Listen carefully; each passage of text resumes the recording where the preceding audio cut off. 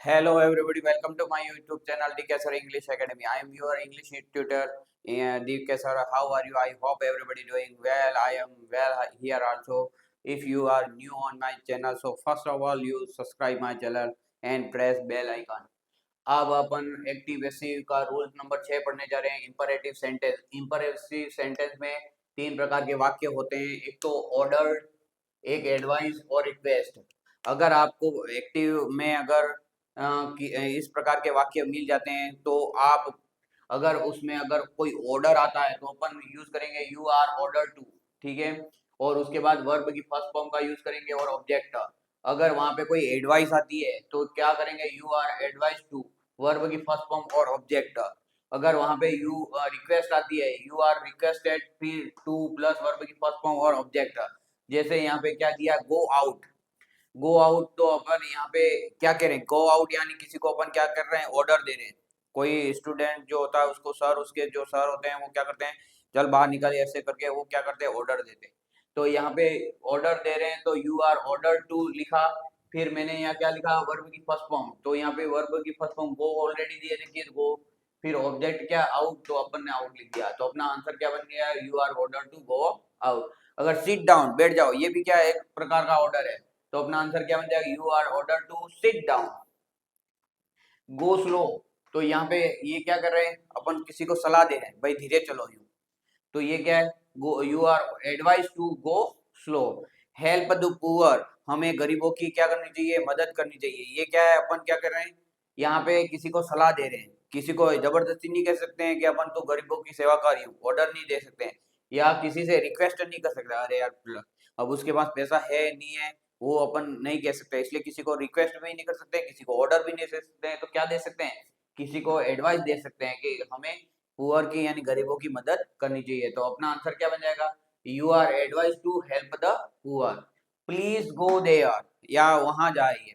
जैसे अपने घर में कोई सीमेंटेड फर्श बनाते हैं तो अपन क्या करते हैं लोगों को, अरे यार कृपया उधर से चले, तो वो क्या अपन दे रहे हैं रिक्वेस्ट कर रहे हैं, क्या कर रहे हैं रिक्वेस्ट। तो यहाँ पे you are requested to go there, इस प्रकार से।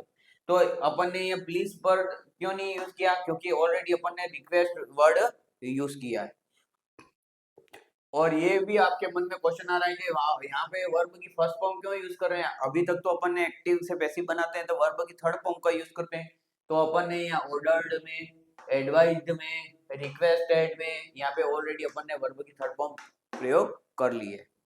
रूल नंबर 7 की ओर आते हैं। इंट्रोगेटिव वाक्य बनाते समय, इंट्रोगेटिव वाक्य बनाते समय हेल्पिंग वर्ब आगे आ जाएगा, फिर ऑब्जेक्ट वर्ब की थर्ड फॉर्म बाय और फिर सब्जेक्ट आएगा।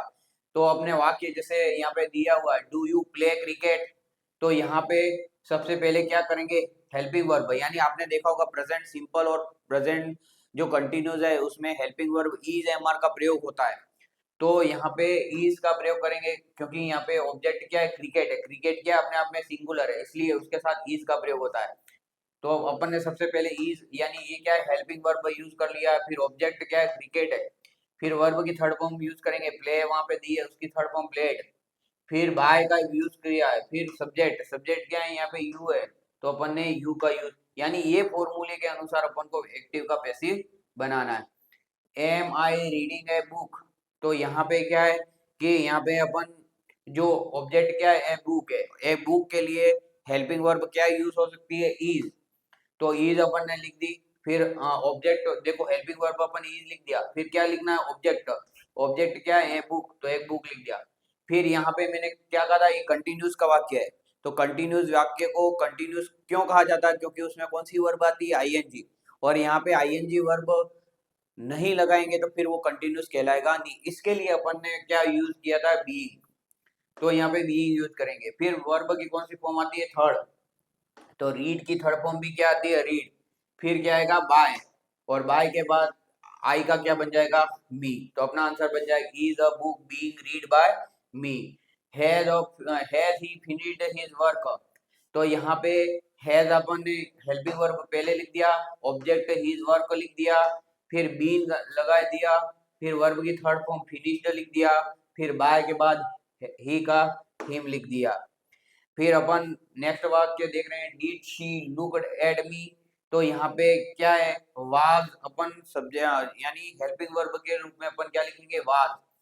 अब वाज के बाद फिर क्या है, यहाँ पे ऑब्जेक्ट लेंगे, ऑब्जेक्ट मी है, मी का क्या बन जाएगा, आई। फिर क्या कहा है, वर्ब की थर्ड फॉर्म, लुक की थर्ड फॉर्म क्या हो जाएगी, लुक्ड। फिर क्या हो जाएगा, बाय और शी। ठीक है, तो अपना आंसर क्या बन जाएगा, was I looked at bye her. She का क्या बन जाएगा, हर। वर यू गिविंग मनी, तो यहाँ पे ऑब्जेक्ट जो है, ठीक है, पहले हेल्पिंग वर्ब यूज करेंगे तो ऑब्जेक्ट के अनुसार यूज करेंगे। तो यहाँ मनी जो है सिंगुलर है तो उसके साथ वाज का यूज अपन ने किया, तो was money being given by you. तो यहाँ पे क्या आ गया, हेल्पिंग वर्ब आ गया, फिर ऑब्जेक्ट आ गया, ये वर्ब की थर्ड फॉर्म गिवन आ गया, फिर बाय आ गया और यू का you. Had you finished my work, तो यहाँ पे हेड अपन ने हेल्पिंग वर्ब के रूप में लिख दिया, फिर इसका ऑब्जेक्ट क्या है, माय वर्क, तो माय वर्क लिख दिया, फिर बी। फिर वर्ब की थर्ड फॉर्म का है तो वर्ब की थर्ड फॉर्म यहाँ फिनिश्ड ऑलरेडी दे रखा है तो फिनिश्ड।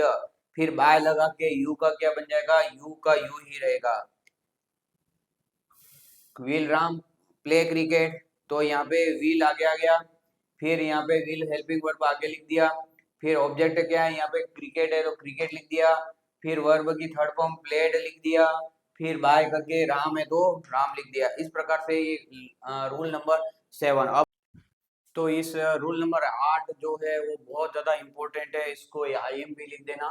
और इस रूल नंबर 8 और ये अंतिम रूल है, और इस रूल को अच्छी तरह से आपको देखना है। और इसमें क्या होता है, WH वर्ड से बनने वाले ये सभी सेंटेंस होते हैं। पूरा ये जो रूल्स है वो है WH वर्ड, यानी व्हाट, व्हाई, whom, whose, ये जो वेयर, ये सभी सब WH वर्ड कहलाते हैं, उससे बनने वाले वाक्य। तो अपन पहला जो वाक्य है, हु, जो WH वर्ड है हु, उससे बनने वाले वाक्य सीख रहे हैं।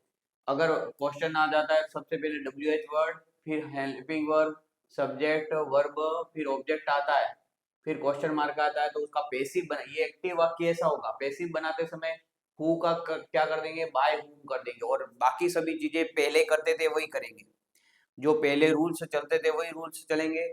केवल अपन क्या परिवर्तन कर रहे हैं, हु को क्या कर रहे हैं, बाय हुम कर रहे हैं। जैसे अपन एग्जांपल में देख लेते हैं, हु, देखो यहाँ सब्जेक्ट जैसा है, यहाँ पे एक्टिव वॉइस कैसा दिया, हु, तो हु लिखा है। हेल्पिंग वर्ब नहीं है तो छोड़ो, सब्जेक्ट नहीं है छोड़ो, वर्ब हेल्प्ड, फिर ऑब्जेक्ट यू। ठीक है, अब इसका बेसिक बनाएंगे। मैंने क्या कहा, एक ही नियम अपन को याद रखना है, ठीक है। तो सबसे बेसिक बनाते समय सबसे पहले क्या आएगा, बाय हूम। ठीक है, हु का अपन ने क्या कर दिया, ये बाय हूम। ठीक है, फिर क्या कहा है, हु का बाय हूम करने के बाद हेल्पिंग वर्ब। हेल्पिंग वर्ब क्या है, यहाँ पे ये वर्ब की सेकंड फॉर्म में, मतलब अपन को वाज और वर हेल्पिंग वर्ब यूज करना है। तो यू के लिए क्या आता है, वर आता है, तो अपन बाय हूम वर। फिर क्या कहा है, ऑब्जेक्ट लिखना है। ऑब्जेक्ट क्या है, यहाँ पे यू है तो अपन ने यू लिख दिया। फिर क्या कहा है, वर्ब की थर्ड फॉर्म लगानी है, हेल्प्ड, तो ये हेल्प्ड लिख दिया। ठीक है, फिर क्या करना है, बाय और सब्जेक्ट, तो यहाँ कोई सब्जेक्ट है क्या, नहीं है, तो बाय करके सब्जेक्ट लिखना नहीं है। ये ध्यान रखना, अगर सब्जेक्ट नहीं है तो बाय भी नहीं लिखना है। यहाँ बाय अपन ने क्यों यूज नहीं किया, क्योंकि सब्जेक्ट के लिए ही तो बाय लगता है। ये बाय क्यों लगता है, सब्जेक्ट होगा तो ही बाय लगेगा, सब्जेक्ट नहीं है तो बाय लगाना नहीं है। तो अपना आंसर क्या बन जाएगा, by who were you helped. जहाँ पे अगर सब्जेक्ट नहीं होगा तो बाय करके कुछ भी लिखना नहीं है। दूसरा है हु हैड लाइक्ड यू, तो यहाँ पे हु का क्या बना देंगे, बाय हूम, क्या बना देंगे, बाय हूम। फिर क्या कहा है, ऑब्जेक्ट का। ठीक है, ऑब्जेक्ट नहीं, पहले हेल्पिंग वर्ब का है, हेल्पिंग वर्ब यहाँ पे ये हु हेड, हेड आया। ठीक है, तो अपन ने हेड हेल्पिंग वर्ब लिख दिया। फिर क्या है, वर्ब की थर्ड फॉर्म ऑब्जेक्ट का है, सॉरी, तो ऑब्जेक्ट क्या है, यहाँ पे यू है तो यू लिख दिया।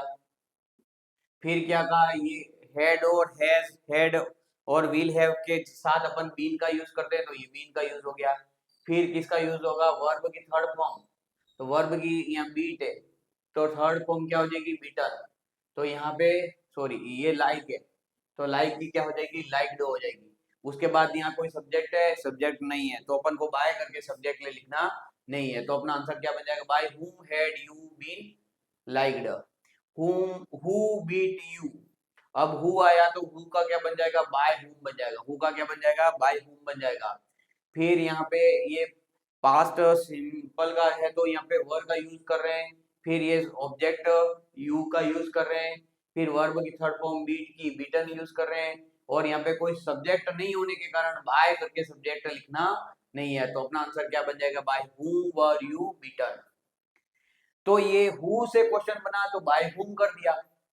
अगर whom से क्वेश्चन बन रहा है तो हेल्पिंग वर्ब क्या करेंगे, ये ध्यान से देखो। whom helping verb subject verb और ऑब्जेक्ट आता है तो whom का क्या बन जाएगा, whom बन जाएगा। ठीक है, ये ध्यान रखना, who का बाय whom बन रहा है लेकिन whom का who ही बनेगा, ये थोड़ा सा ध्यान रखना। who, फिर हेल्पिंग वर्ब ऑब्जेक्ट वर्ब की थर्ड फॉर्म, पुराना जो पैटर्न है वही, यहाँ पे केवल चेंज क्या कर रहे हैं, who को whom कर रहे हैं बस, और whom को who कर रहे हैं। तो अपना क्वेश्चन देखते हैं, whom has she beaten। तो यहाँ पे whom का अपन ने क्या कर दिया, whom का who कर दिया। फिर क्या करना, हेल्पिंग वर्ब हैज का हैज लगा दिया। ठीक है, फिर यहाँ पे बीन लग दिया। फिर यहाँ पे क्या है, वर्ब की थर्ड फॉर्म, बीट की थर्ड फॉर्म क्या हो जाएगी, बीटन, या बीटन आ गया। फिर यहाँ पे क्या है कोई, हाँ यहाँ पे सब्जेक्ट है। ठीक है, यहाँ पे सब्जेक्ट क्या है, तो यहाँ पे सब्जेक्ट है तो बाय करके अपन ने क्या कर दिया, हर लगाया। ये ध्यान रखना, अगर सब्जेक्ट होगा तो बाय करके लिखना है, सब्जेक्ट नहीं है तो बाय करके लिखना नहीं है। whom do you, यहाँ पे भी सब्जेक्ट है, whom do you like, तो यहाँ पे whom का क्या हो जाएगा, who हो जाएगा। ठीक है, मैंने ये बताया ना, whom का क्या हो जाएगा, who हो जाएगा। फिर क्या आएगा, हेल्पिंग वर्ब इज आ गई, लाइक की थर्ड फॉर्म लाइक्ड आ गया, और बाय करके अपन ने यू का क्या बन जाएगा, यू ही रहेगा। तो यहाँ पे बाय करके यू क्यों लिखा, क्योंकि यहाँ पे सब्जेक्ट था। अब इसी WH वर्ड में थर्ड पैटर्न क्या है, अगर कोई ये दो में ही ऐसा रूल्स फॉलो हो रहा है, बाकी सभी WH वर्ड में सेम टू सेम वही WH वापस लिखने, कैसे अपन WH helping verb subject verb और ऑब्जेक्ट, तो WH का WH ही रह जाएगा, हेल्पिंग वर्ब ऑब्जेक्ट वर्ब की थर्ड फॉर्म बाय और सब्जेक्ट। जैसे यहाँ पे व्हाट से क्वेश्चन बना है, what have you eaten today. ठीक है, क्या व्हाट से क्वेश्चन बना है तो अपन ने आंसर भी किससे स्टार्ट किया, व्हाट से। ठीक है, कोई दिक्कत नहीं है,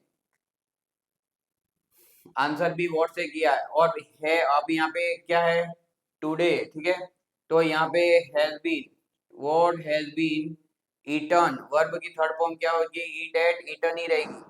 और बाय करके यू लिखेंगे क्योंकि यहाँ पे यू सब्जेक्ट अपन को दे रखा है, तो बाय करके टुडे बाय यू। ठीक है, यहाँ पे ऑब्जेक्ट नहीं दिया है तो अपन ने ऑब्जेक्ट नहीं लिखा है, जहाँ ऑब्जेक्ट नहीं देगा वहां ऑब्जेक्ट नहीं लिखना है, जहाँ सब्जेक्ट नहीं देगा वहां सब्जेक्ट नहीं लिखना है। अब यहाँ पे when did she helped you, ठीक है, when did she helped you, यहाँ पे सब्जेक्ट ऑब्जेक्ट दोनों दिए हैं। ठीक है, तो यहाँ पे when का अपन ने when ही लिख दिया, क्योंकि मैंने यहाँ रूल्स में क्या बताया, अगर एक्टिव में WH दिया है तो पैसिव में भी WH लिखना है, केवल परिवर्तन who और whom में ही रहेंगे।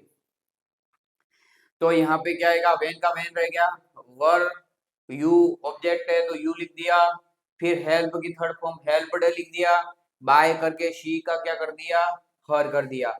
अगर ऑब्जेक्ट हो सब्जेक्ट होगा तो बाय करके लिखेंगे, सब्जेक्ट नहीं होगा तो बाय करके नहीं लिखेंगे। Which book do you like, ठीक है, तो विच बुक, ठीक है, डू, फिर यू, फिर लाइक, लाइक्ड कर देना। ठीक है, यहाँ थर्ड फॉर्म कर देना लाइक्ड। तो यहाँ पे थर्ड फॉर्म पे वाई वर दे रीडिंग, तो यहाँ पे वाई का WH वाई बन रह गया, और उसके बाद तो यहाँ पे वाज बीइंग। ठीक है, बीइंग ING क्यों लगाया, क्योंकि अगर कंटिन्यूस का वाक्य है तो उसको कंटिन्यूस में ही रहने देने के लिए अपन क्या करेंगे, बीइंग का यूज करेंगे। रीड की थर्ड फॉर्म रीड ही होती है, बाय का दे का क्या हो जाएगा, देम, ये दे सब्जेक्ट है उसका क्या हो जाएगा, बाय करके देम हो जाएगा। हाउ हैव यू प्लेड, तो हाउ का अपन ने हाउ ही रखा, हैज बीन प्लेड। ठीक है, हैज बीन प्लेड, प्ले की थर्ड फॉर्म क्या हो जाएगी, प्लेड, फिर बाय करके यू हो जाएगा, हाउ हैव यू प्लेड का। और लास्ट क्वेश्चन है where were you beating him, तो वेयर का WH वेयर क्या हो जाएगा, वेयर ही रहेगा। और यहाँ पे जो वाज है वो किस अकॉर्डिंग टू यहाँ पे जैसा सब्जेक्ट है उसके अनुसार यहाँ पे भले वर है लेकिन यहाँ पे क्या यूज होगा, वाज। ही के लिए किसका यूज होगा, वाज। और यहाँ पे बीइंग में ING का यूज क्यों किया है, क्योंकि ये कंटिन्यूस का वाक्य है और उसमें क्या होता है, आईएनजी होता है, तो अपन किसका यूज करेंगे, बी का। और बीट की थर्ड फॉर्म क्या आ जाएगी, बीटन। फिर बाय करके क्या कर देंगे, सब्जेक्ट लिख देंगे। That's all. अगर आप इस चैनल पे नए हो तो जल्दी से इसको लाइक और सब्सक्राइब करेंगे। That's all, thank you.